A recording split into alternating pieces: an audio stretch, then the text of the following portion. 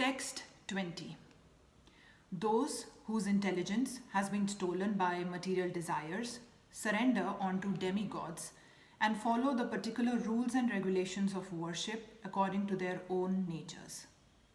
Those who are freed from all material contaminations surrender onto the Supreme Lord and engage in his devotional service. As long as the material contamination is not completely washed off, they are by nature non-devotees.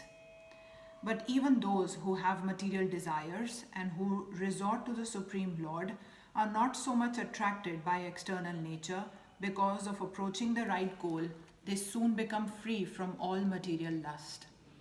In the Srimad Bhagavatam, it is recommended that whether one is a pure devotee and is free from all material desires, or is full of material desires, or desires liberation from material contamination, he should in all cases surrender to Vasudeva and worship him, as stated in the Bhagavatam. Less intelligent people who have lost their spiritual sense take shelter of demigods for immediate fulfillment of material desires.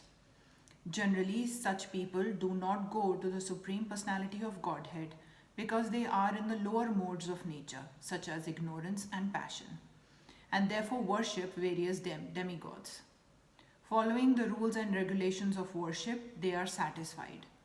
The worshippers of demigods are motivated by small desires and do not know how to reach the supreme goal. But a devotee of the Supreme Lord is not misguided. Because in Vedic literature there are recommendations for worshipping different gods for different purposes. For example, a diseased man is recommended to worship the sun. Those who are not devotees of the Lord think that for certain purposes, demigods are better than the Supreme Lord. But a pure devotee knows that the Supreme Lord Krishna is the master of all.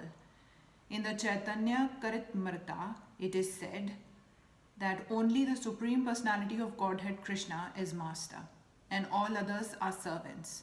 Therefore, a pure devotee never goes to demigods for satisfaction of his material needs.